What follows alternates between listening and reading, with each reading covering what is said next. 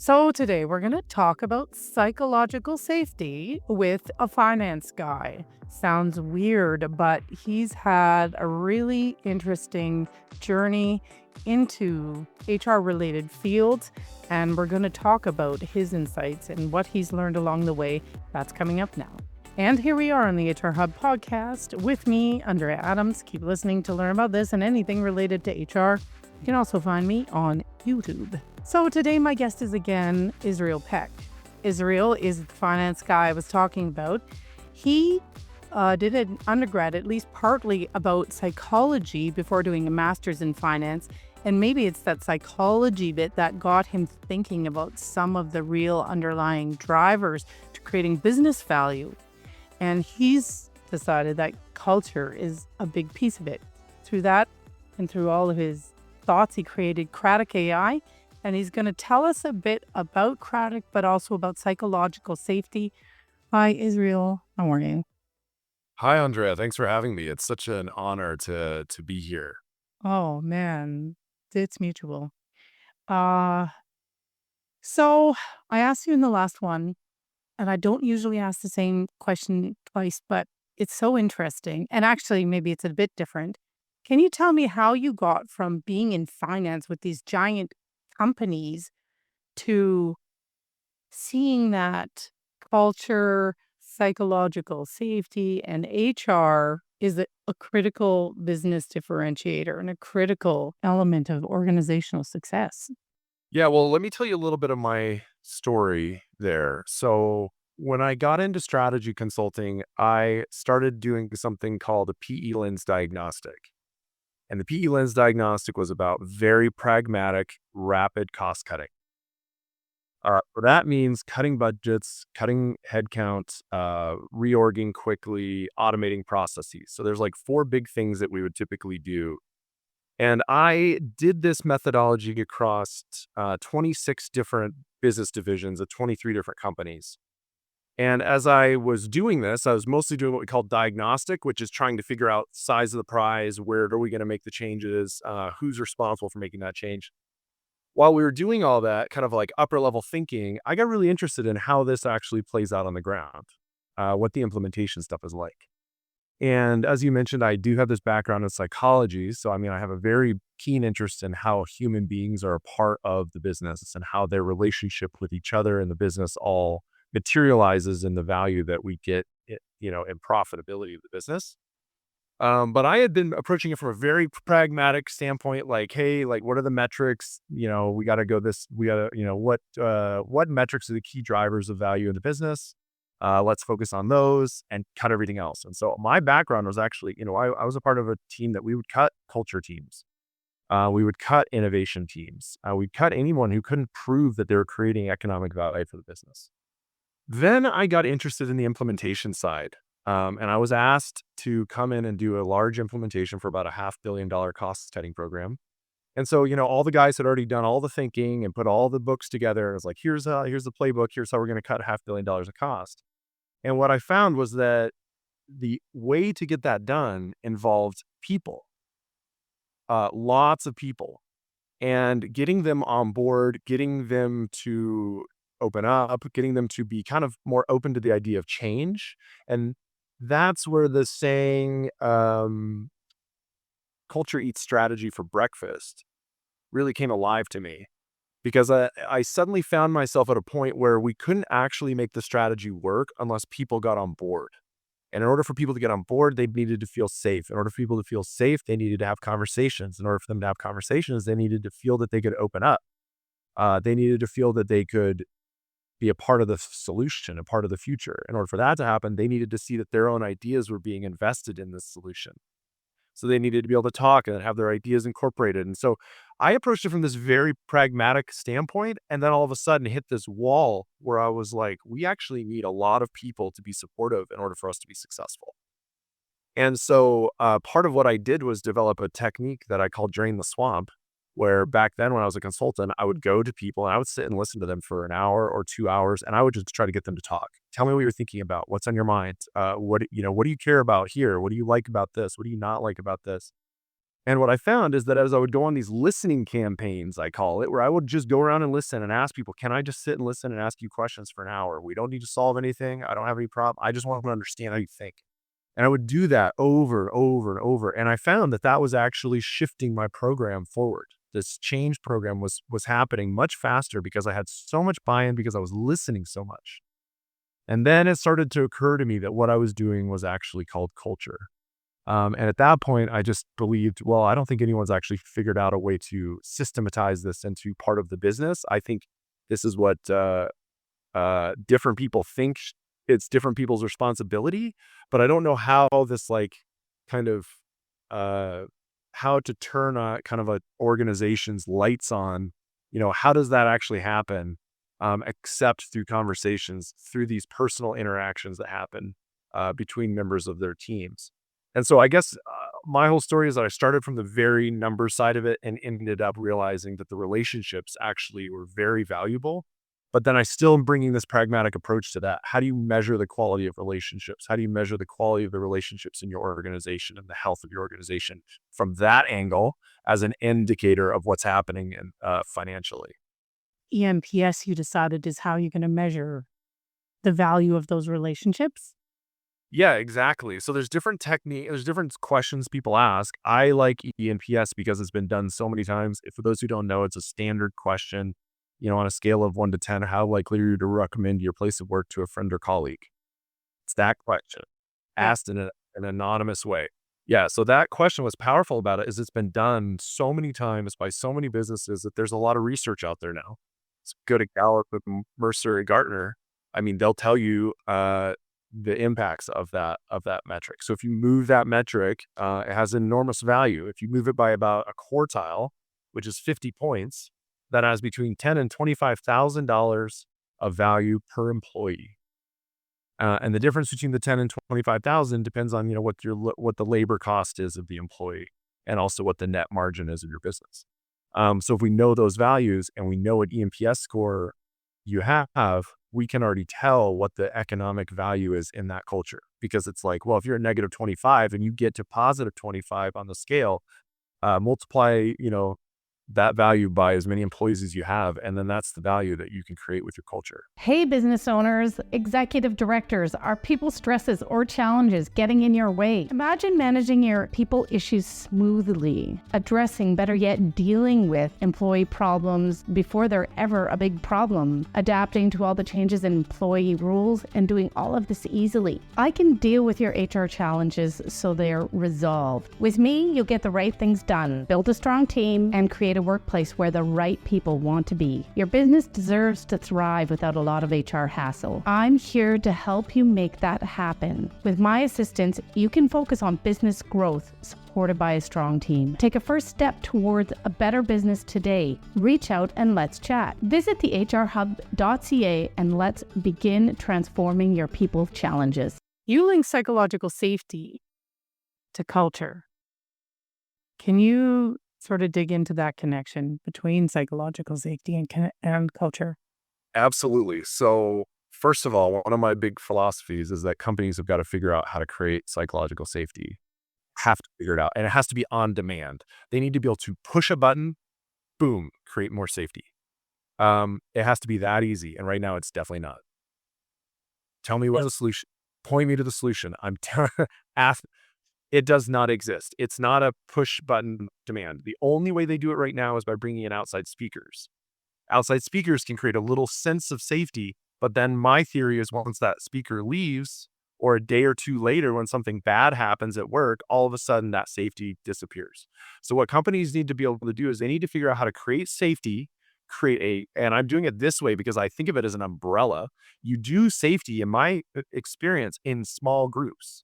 But then you can replicate it multiple times. So you can do you can do an exercise, and I don't think it's that difficult to create safety. For me, it's not. And I think for a lot of leaders who figure it out, once they have this in their mind, they're like, okay, this is my technique. This is how I do it.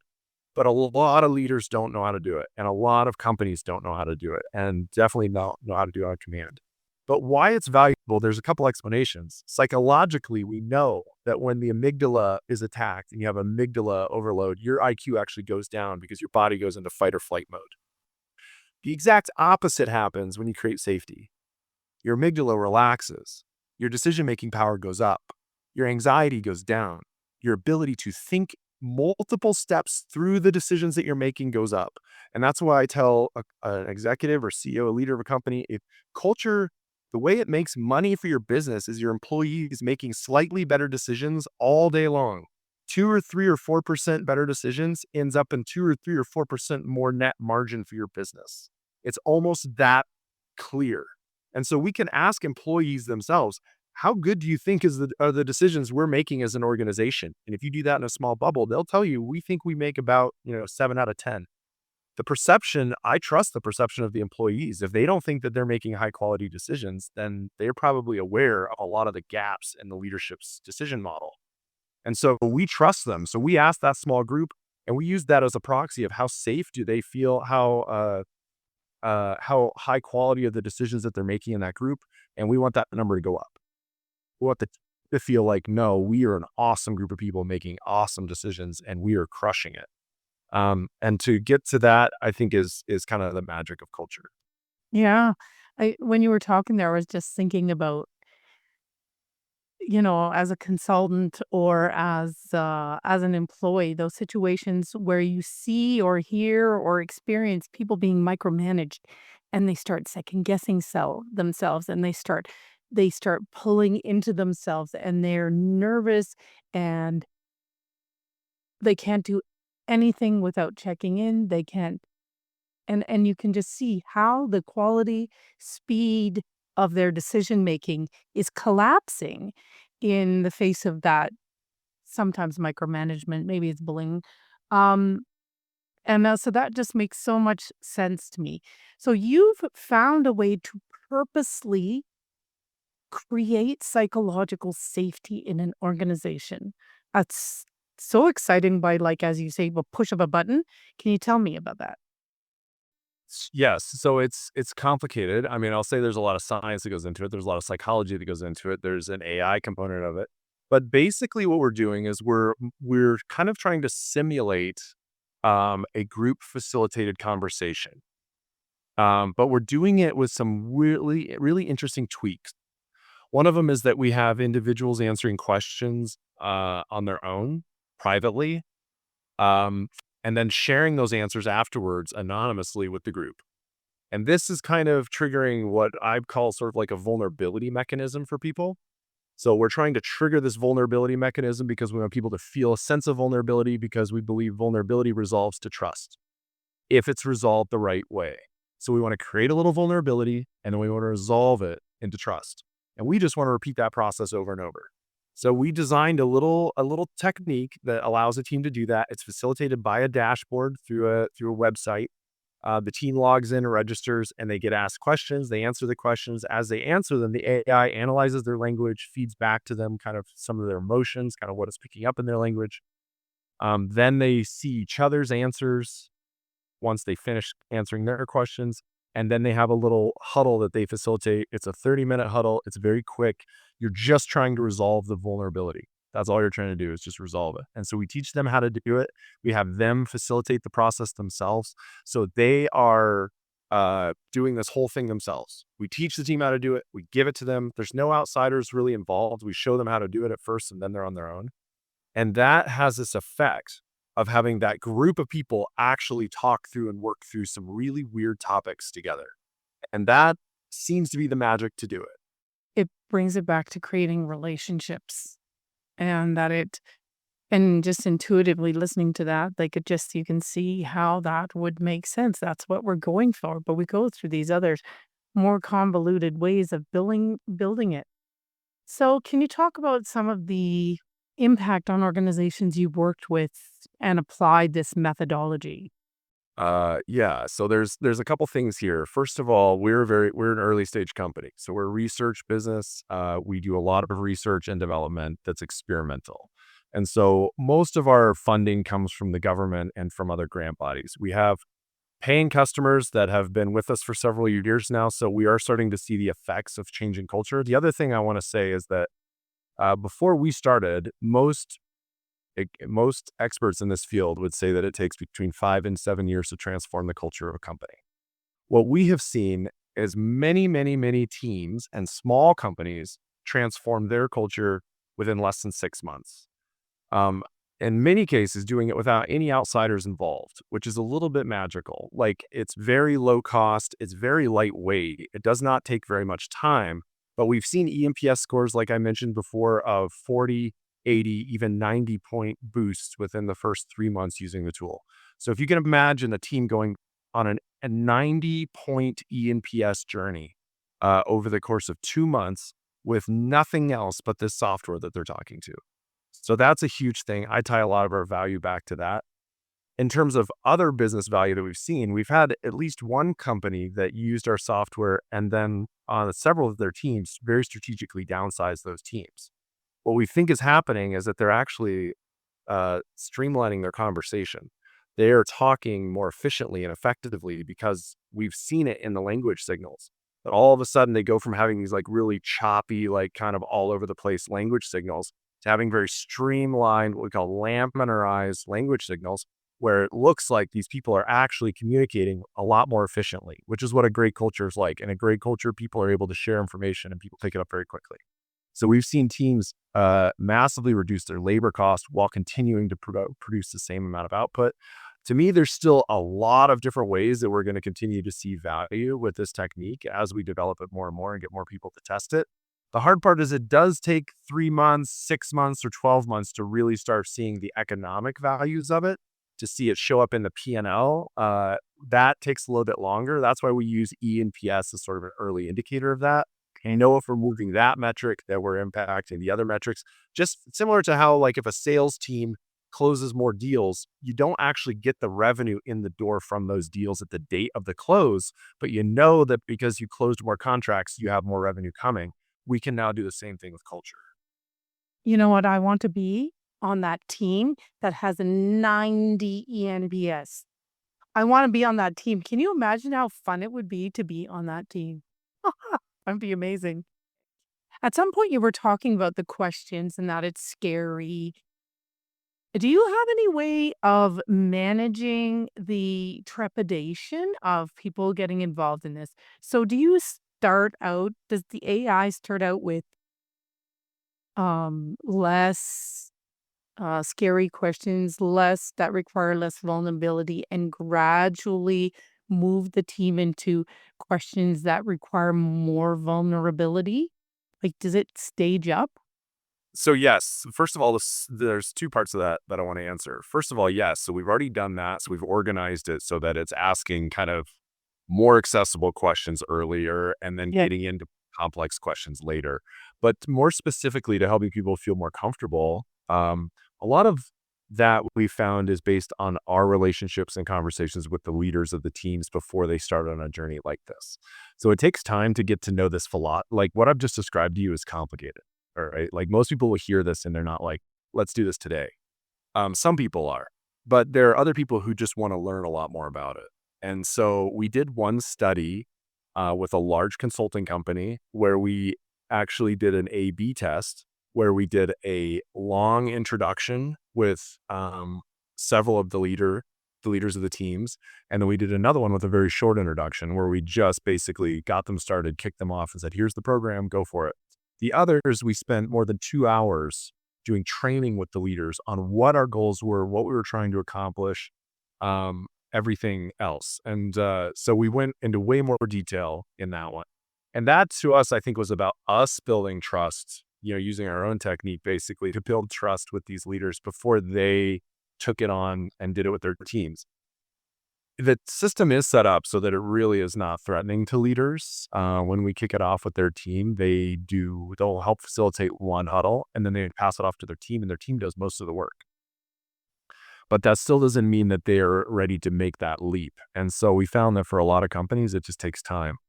Most of our customers that are with us now have been looking at the solution for at least a year before they make the decision. The A/B test, what was the outcome of that? Did the long introduction versus the just throw them in? Which one went Yeah, better? it was over 25 points of EMPS difference between the ones that we talked to and the ones that we didn't. So So the ones you talked to went better? went far better. Yeah, Oh, mass okay. by 25 points. Wow. Okay. 24 points. I think that some people out there are intimidated by the AI component, by the things, the knowledge you collect. Should they be worried about that? Like, how do you protect people's privacy and, vulnerability? So I don't think they should be worried about it. The way that we've used AI is really about trying to guide a conversation for them. Yep. So from our standpoint, we are a lot like a survey company. People trust us with their data. We have to privatize it according to the rules that we fall under.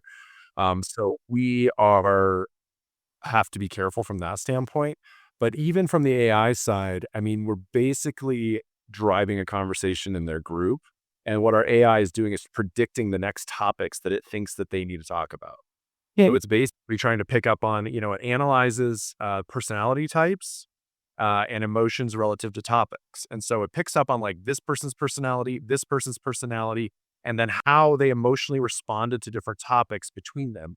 And it tries to find routes for them to build this kind of relationship tissue.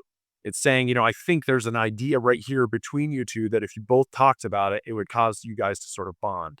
We're trying to pick up on this like neuroplasticity idea, the way that neurons fire, they call it, neurons that fire together, wire together.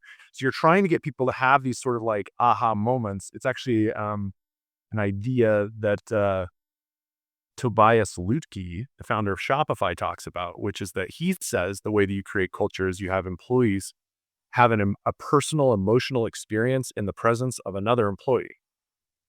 He thinks that's the mechanism. If they have this experience next to someone else, okay, now all of a sudden we're bonded. So that's what we're just facilitating. So the AI is really just doing that.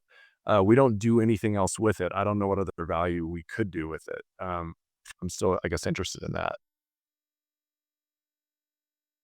I think you hit on something so important there was that idea of having an emotional experience together. So often in business, we try to avoid that like the plague.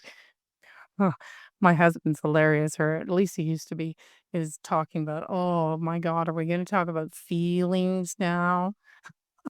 Maybe you're not actually talking about feelings, but you're having an emotional experience in talking about something. And I think we're human.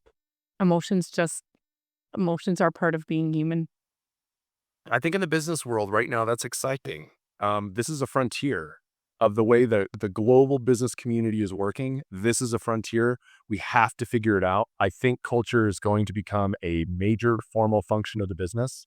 I think it's going to figure out how to validate itself, and it's going to become a huge part of the frontier of business because right now, the leverage of software and systems and assets against human beings is just getting higher and higher and higher. So the human beings who are working inside of these businesses, the way that we emotionally handle things, make decisions and process is huge to the overall value of the business. Humans are the leverage point for the business. Hmm, amazing. Where can someone learn more about Craddock and get in touch with you? Well, I think you're going to post our website. We're also on LinkedIn. You can look up Craddock. It's the same Craddock as in Democratic or Socratic. And then they can email me. That's usually how it starts. It usually starts with a conversation about what's going on in the team, what they're thinking about. We talk about product options, and then see where we go. Mm-hmm. Okay, I'll put links to all those in the show notes. Well, thanks, Israel. That was so insightful, so refreshing. The part I'm thinking about is the fact that we need to build opportunities for employees to have an emotional experience together. And what was that statement you made? Neurons that fire together, wire together. It's cute, but I think there's some truth to it. We did an episode on culture, and that was also awesome. And I encourage you to check that out. And otherwise, thanks for listening, and we'll catch you next time when I talk with another insightful guest.